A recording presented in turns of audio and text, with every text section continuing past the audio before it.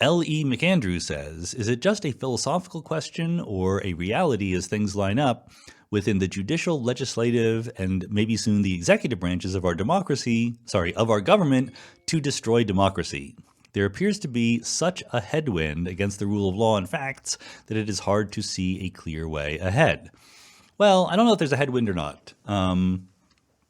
This is a question, of course, about here in the United States, where there are increasingly people, not only people on the street, but people in positions of power, whether or not it's the executive or the governors or the local school boards or the judges or whatever, who are more interested in maintaining their power than in being loyal to the principles of democracy. The thing about democracy is it requires that the people in the democracy, at least a majority of them, be willing to lose elections. You need to be willing to fight for your beliefs and, put out the best case that you have and put up good candidates. But then if you lose, you concede that you have lost.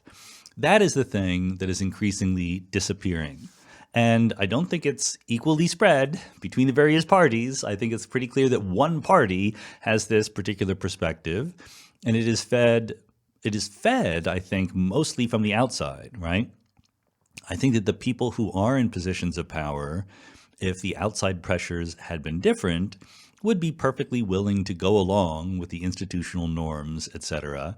But they're not especially courageous people. And when the external factors, whether it is social media or Fox News or conspiracy theorists with YouTube channels or podcasts, they buckled.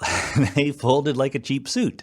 And now they're much more willing to just throw away the principles of democracy, such as sometimes you can lose elections.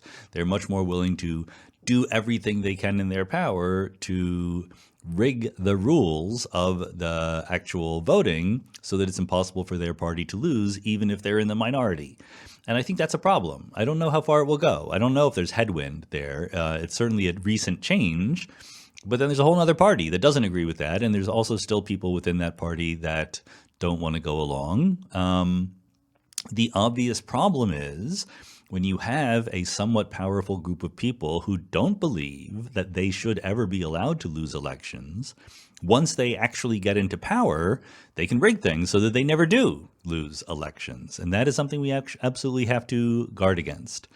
I don't know what to say other than it is clear that most Americans are not motivated by a love of democracy. They might be motivated by a love of their side on the democracy, and this is something that I think is true on both sides. So in terms of the political parties and the establishment, there's a huge imbalance in terms of which party is going to defend democracy and which one is not. I think that the voters on either side very often would be happy to get rid of democracy if they think that they could install their side as permanent victors. And that's too bad. I mean, that's really a shame. That's something that I don't like. I don't know how to change it. I mean, clearly, we have not done a good job in this country in inculcating a sense of civic responsibility and an appreciation for the benefits of democracy. The thing about democracy is even if you do lose, the system is going to be better for you in the long term for most people.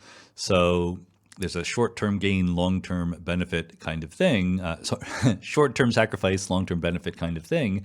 People don't want to think that way anymore, and that is a shame. But I have no constructive suggestions here. I'm not an expert on how to defend democracy. I'm in favor of doing it, but I'm also an empirical, data-driven kind of guy, and I don't know what the research says about what is the best way, or even if there is any research, the best way to get people to really buy in to this kind of system of government. It's not easy to do, and we kind of got lucky for a couple hundred years in having it work as well as it did, and now we're running up against some obstacles. So I'm worried, and I don't have any constructive suggestions.